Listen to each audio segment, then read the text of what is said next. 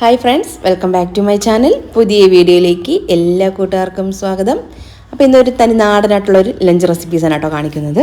അപ്പോൾ നല്ല പച്ച ചക്ക ഉണ്ടായിരുന്നേ, അത്യാവശ്യം നല്ല മൂത്ത് വന്നിട്ടുള്ള ചക്കയാണ്, പഴുത്തിട്ടില്ല, അത്യാവശ്യം നല്ലോണം വളഞ്ഞ ചക്ക. അപ്പോൾ ഞാൻ അതൊന്ന് കുരുവൊക്കെ ഒന്ന് മാറ്റി മൊത്തത്തിലൊന്ന് ക്ലീൻ ചെയ്തെടുത്തിട്ടുണ്ട്. പിന്നെ നമുക്ക് അതിനുള്ളിലുള്ള ഒരു കുരുവും പുറത്തുള്ള ചെറിയ ചെറിയ ഒരു ചകിനീൻ്റെ ഭാഗമൊക്കെ കാണുമല്ലോ, അതൊക്കെ ഒന്ന് ക്ലീൻ ചെയ്ത് എടുക്കുന്നതാണ് കേട്ടോ. അതിനുശേഷം ചെറിയ പീസായിട്ടൊന്ന് മുറിച്ചെടുക്കുന്നുണ്ട്. അപ്പോൾ നമ്മളെപ്പോഴും ഇങ്ങനെ ഉടച്ചെടുക്കാൻ വേണ്ടിയിട്ട് ഈ ഒരു ഷേപ്പിലാണ് ഞാൻ കട്ട് ചെയ്തെടുക്കുന്നത്. അപ്പോൾ എല്ലാം ഇതുപോലെ ഒന്ന് മുറിച്ചൊന്ന് മാറ്റി വയ്ക്കുന്നുണ്ട്. ഞാൻ ഒന്ന് കഴുകിയെടുക്കും. കഴുകാൻ താല്പര്യമില്ലാത്തതാണെങ്കിൽ കഴുകണ്ട. ചില ഇങ്ങനെ ഞാൻ വീഡിയോ എടുത്ത സമയത്ത് ഒരുപാട് ഒരു താഴെ കമൻറ്റ് ചെയ്തിട്ടുണ്ടായിരുന്നു, ഇങ്ങനെ കഴുകാൻ പാടില്ല എന്നൊക്കെ പറഞ്ഞിട്ട്. അപ്പോൾ ഞാൻ കുറച്ചൊന്ന് കഴുകിയിട്ടാണ് കേട്ടോ എടുക്കുന്നത്. ഇതെല്ലാം ഒന്ന് കഴുകി അത് ഒരു മൺചട്ടിയിലോട്ടൊന്ന് മാറ്റിയിട്ടുണ്ട്. ഇതിപ്പോൾ ഞാൻ നോർമലായിട്ട് തോരനവിയൽ അങ്ങനെയൊക്കെ വെക്കുന്ന ഒരു മൺചട്ടിയാണേ. ഇതിലേക്ക് നമുക്ക് ആവശ്യത്തിനുള്ള ഉപ്പ് ചേർത്ത് കൊടുക്കാം. പിന്നെ കുറച്ച് വെള്ളവും കൂടി ഒഴിച്ചിട്ടാണ് കേട്ടോ ഇതൊന്ന് വേവിക്കാനായിട്ട് വെക്കുന്നത്. ഒരു 3/4 കപ്പോളം വെള്ളം ഞാൻ ചേർത്ത് കൊടുക്കുന്നുണ്ട്. നമുക്ക് അരപ്പൊക്കെ ചേർക്കുന്ന സമയത്ത് വേണമെങ്കിൽ കുറച്ചും കൂടെ വെള്ളം ചേർക്കാം. ഇതൊന്ന് അടച്ചു വെച്ച് അതൊന്ന് റെഡിയായി വരട്ടെ. കുറച്ച് വെള്ളക്കാന്താരിക്ക് നിൽപ്പുണ്ടായിരുന്നു കേട്ടോ ഗാർഡൻ ഏരിയയിൽ. അപ്പോൾ ഞാൻ വിചാരിച്ചത് തേങ്ങയുടെ കൂടെ ചതയ്ക്കാൻ വേണ്ടിയിട്ട് ഒരു വെള്ളക്കാന്താരിയും സാധാരണ മുളകൊക്കെ ഉണ്ടായിരുന്നു കേട്ടോ. അപ്പോൾ അതൊക്കെ ഒന്ന് പറിച്ച് 1-2 തണ്ട് കറിവേപ്പിലൊക്കെ ഒന്ന് ഒടിച്ചിട്ട് വരാമെന്ന് പറഞ്ഞ് അവർ ഗാർഡൻ ഏരിയയിലോട്ട് പോയതാണ് കേട്ടോ. അപ്പോൾ അതെല്ലാം എടുത്തിട്ട് ഞാൻ അത് തിരിച്ച് കിച്ചണിലോട്ട് തന്നെ വന്നിട്ടുണ്ട്. ഇനി മിക്സിയിൽ ഒരു ചെറിയ ജാർ എടുക്കുന്നുണ്ട്. ഇതിലേക്ക് ഞാൻ ഒരു 1.5 കപ്പോളം തേങ്ങ ചിരകിയത് ചേർത്ത് കൊടുക്കുന്നുണ്ട്. നമ്മുടെ ചക്ക എടുക്കുന്ന അളവിനനുസരിച്ചിട്ട് തേങ്ങയുടെ അളവ് കൂട്ടുകയോ കുറയ്ക്കുകയൊക്കെ ചെയ്യാം. കുറച്ച് നമ്മൾ എടുക്കുകയാണെന്നുണ്ടെങ്കിൽ കുറച്ച് ചേർത്താൽ മതിയാകും.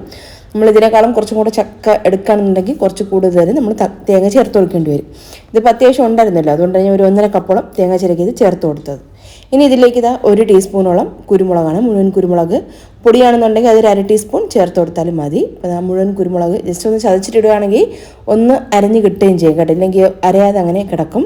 ഞാൻ അപ്പം അങ്ങനെ മുഴുവനെ ചേർത്ത് കൊടുക്കുന്നുണ്ട്. പിന്നെ ഇതിലേക്ക് ഒരു 1/4 ടീസ്പൂണോളം തന്നെ ചെറിയ ജീരകം കൂടെ ചേർത്ത് കൊടുക്കാം.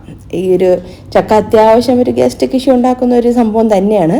അപ്പോൾ അതുകൊണ്ട് നമ്മൾ കുറച്ച് വെളുത്തുള്ളിയും അതുപോലെ തന്നെ ഒരു കാന്താരി മുളകും കുരുമുളകൊക്കെ ചേർത്ത് തയ്യാറാക്കുകയാണെങ്കിൽ ഒരു പരിധി വരെ നമുക്കതൊന്ന് ഒഴിവാക്കാനായിട്ട് പറ്റും.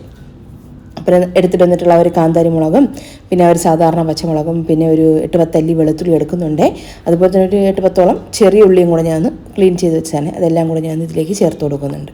അപ്പോൾ ഒരു ചെറിയുള്ളിയും വെളുത്തുള്ളിയൊക്കെ ചേർത്ത് ഇറക്കുമ്പോൾ തന്നെ ഒരു പ്രത്യേക സ്വാദാണ് കേട്ടോ അതിന്. പിന്നെ ഇതിലേക്ക് നമുക്കുണ്ടല്ലോ അരച്ചെടുക്കാൻ വേണ്ടിയിട്ട് തന്നെ ഒരു 1-2 തണ്ട് കറിവേപ്പിലും കൂടെ ചേർത്തിട്ട് വേണം അരച്ചെടുക്കാൻ വേണ്ടിയിട്ട്. അതും നല്ലതാണ്. നമ്മൾ എത്രത്തോളം കറിവേപ്പിലൊക്കെ ചേർത്ത് നമ്മൾ കറിക്ക് കഴിക്കുകയാണോ അത്രത്തോളം നല്ലതാണല്ലോ ഹെൽത്തിന്.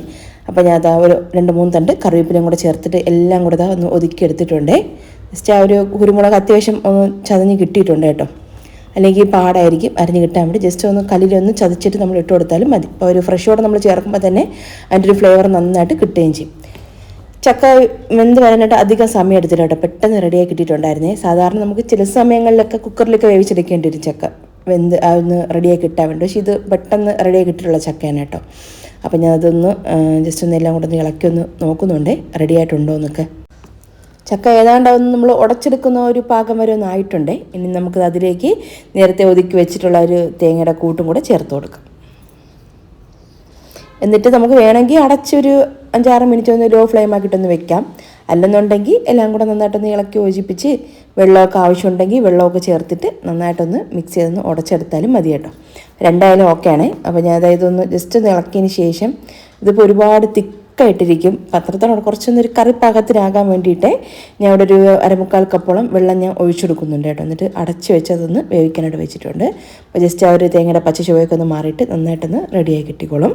ഇനി ഞാൻ ഉണക്ക മീനാണ്, അയില മീനാണ് കേട്ടോ, അയില ഉണക്കിയ മീനാണ് കേട്ടോ ഇത്. അപ്പോൾ അതൊന്ന് ഞാൻ കറി വെക്കാൻ വേണ്ടിയിട്ട് എടുത്ത് വെച്ചിട്ടുണ്ട്. ജസ്റ്റ് ഇത് നമ്മൾ ആദ്യം ഇതൊന്ന് വെള്ളത്തിലിട്ട് വെച്ചിട്ട് ഒന്ന് ക്ലീൻ ചെയ്തെടുത്താൽ മതി. വെറുതെ ഒരു ഷോയ്ക്ക് വേണ്ടിയിട്ട് വീഡിയോ എടുക്കാൻ വേണ്ടിയിട്ട് ഞാൻ അങ്ങനെ ചെയ്തതാണ്.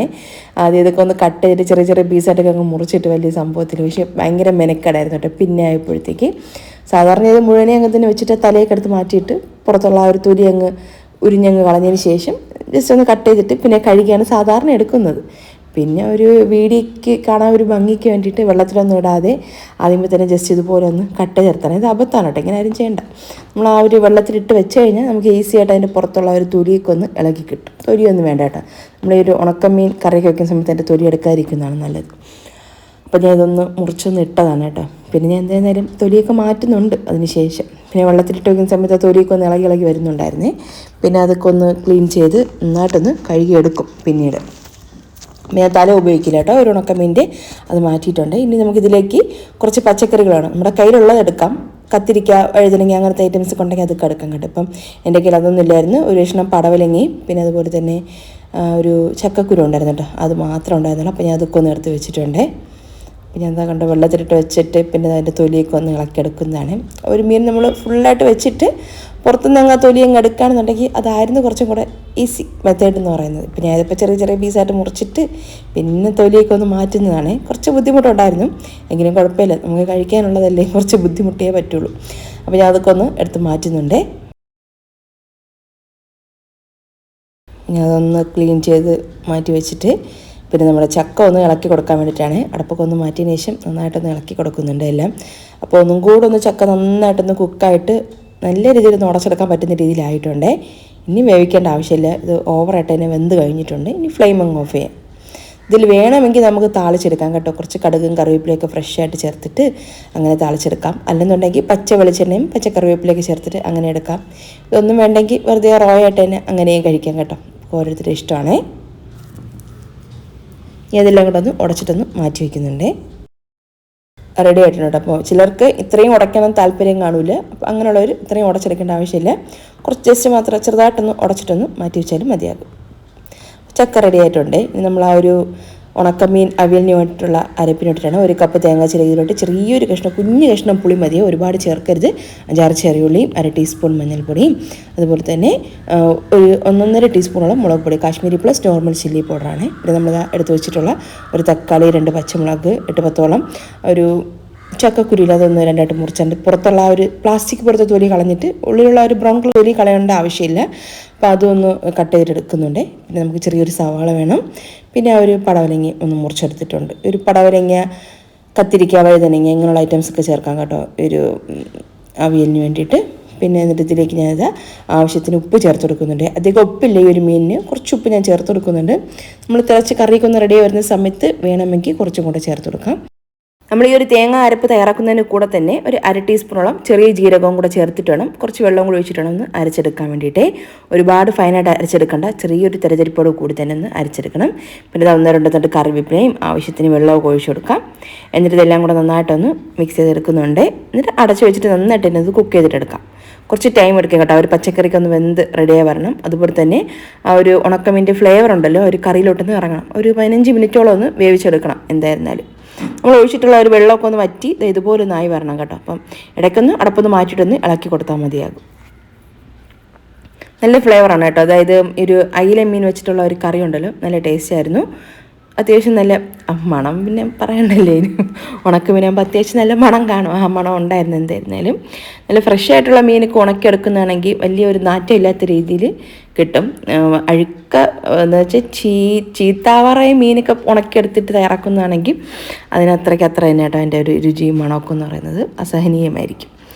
പിന്നെ ഇതാ നമുക്കിനി ഇതിലേക്കൊന്ന് താളിച്ചൊഴിക്കാൻ വേണ്ടിയിട്ടാണ് ആ ഒരു കറി, അതായത് ആ ഒരു ഉണക്കമീൻ താളിച്ചൊഴിക്കാൻ വേണ്ടിയിട്ടാണ്. ഞാൻ ഒരു പാനിൽ കുറച്ച് വെളിച്ചെണ്ണ ഒഴിച്ച് കൊടുത്തിട്ട് ഒന്ന് ചൂടാക്കി എടുത്തിട്ടുണ്ട്. ഇതിലേക്ക് ഒരു 1/4 ടീസ്പൂണോളം കടുക് ചേർത്ത് കൊടുക്കുന്നുണ്ട്. പിന്നെ 1-2 തണ്ട് കറിവേപ്പിലയൊക്കെ ചേർത്ത് കൊടുക്കാം. ഒന്ന് ചൂടാക്കി അതും കൂടെ നമുക്കിനി ഒരു ഉണക്കമീൻ അവിയലിലോട്ട് ചേർത്തെടുക്കാം. നമ്മളിവിടെ അങ്ങനെ കരുവാട് അവിയൽ എന്നൊക്കെയാണ് കേട്ടോ പറയുന്നത്, ഉണക്കമീൻ അവിയൽ അതാണ് പറയുന്നത്. ഈ ഉണക്കമീനിൽ തന്നെ ഒരുപാട് ഉപ്പ് ചേർത്തിട്ട് വരും, ഉപ്പില്ലാതെ ഉണക്കി വരുന്ന മീനുകളുണ്ട് കേട്ടോ.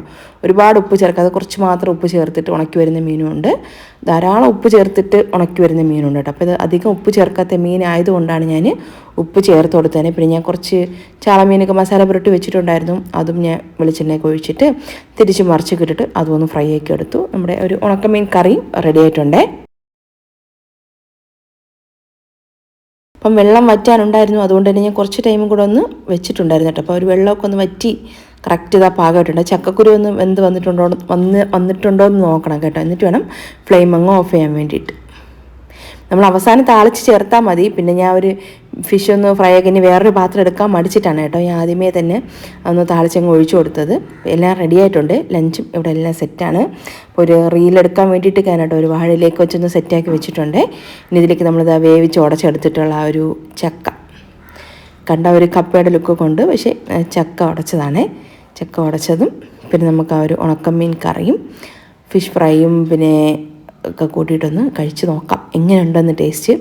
അങ്ങനെ ചക്കയും ഉണക്കമീൻ കറിയായിട്ട് അങ്ങനെ വലുതായിട്ട് അങ്ങനെ കഴിച്ചിട്ടില്ല ഇതുവരെയ്ക്കും. ഫസ്റ്റ് ടൈമാണ് കേട്ടോ. നമ്മൾ സാധാരണ ഒരു ഉണക്കമീൻ അവിയലായിരുന്നാലും ഉണക്കമീൻ വെച്ചിട്ടുള്ളതൊക്കെ ചോറിനാണ് സാധാരണ തയ്യാറാക്കിയെടുക്കുന്നത്. കപ്പയ്ക്കായിരുന്നാലും ഇതുപോലെ ചക്കയൊക്കെ ഉടയ്ക്കുന്നതിനൊക്കെ ആയിരുന്നാലും മീൻ കറിയാണ് കൂടുതൽ ബെസ്റ്റായിട്ട് എനിക്ക് തോന്നിയിട്ടുള്ളത്. ഇതിപ്പോൾ ആദ്യത്തെ ഒരു ഫസ്റ്റ് ടൈമാണ്. പിന്നെ മീൻ കറി ഉണ്ടായിരുന്നു, തലേ ദിവസത്തെ ചൂര മീൻ കറി വറുത്തരിച്ച് വെച്ചതുണ്ടായിരുന്നു കേട്ടോ. തേങ്ങ വറുത്തരിച്ച മീൻ കറി ഉണ്ടായിരുന്നു, ഞാൻ അതും കുറച്ച് എടുത്തിട്ടുണ്ടായിരുന്നു. പിന്നെ അതാ കഞ്ഞിവെള്ളം കൂടെ ഒക്കെ ഒന്ന് ഒഴിച്ചെടുത്തിട്ടുണ്ടേ.